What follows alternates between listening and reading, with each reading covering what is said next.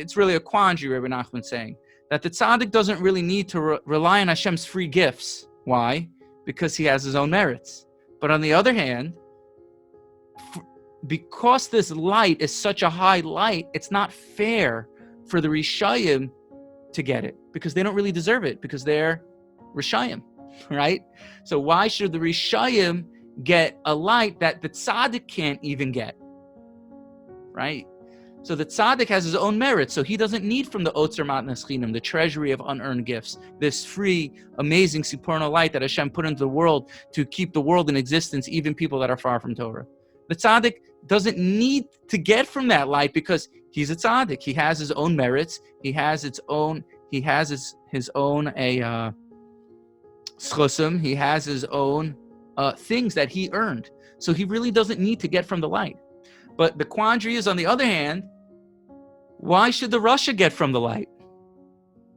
It's such a high light that the Rasha should get it. He shouldn't get it because he doesn't deserve it. It's not fair.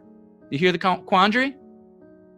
Right? The tzaddik doesn't need it, and the Rasha shouldn't get it. So it answers the question that Rabbi Nachman started with, why did Hashem make it that people need a mevatel from Torah? So the answer is to in a certain way to make it fair.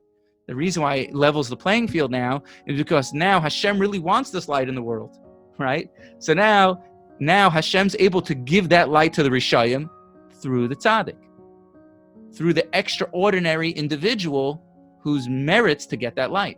So therefore Hashem made it, as we started with in the beginning of the lesson, that there are times when the tzaddik needs to be utterly pashut, needs to be utterly simple, needs to be a simple man. So this way it evens out the score, because now the Rishayim could get it through the tzaddik. Hashem's able to divvy out his light into the world through Hashem's able to give out this super high light of the Otzer Matnas Chinam. So when a person's in that low state, they receive from that light, and that light goes out into the world. Amazing?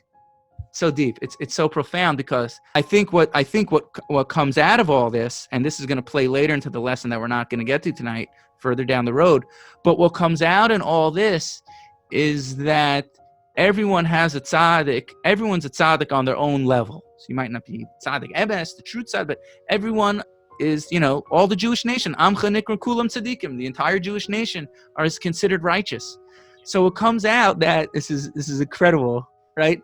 It comes out that when you have a yerida, when you fall into a lowish state, Hashem orchestrated that lowest state in order to be able to dish out his light of chesed chinam, of his light of unbridled kindness into the world.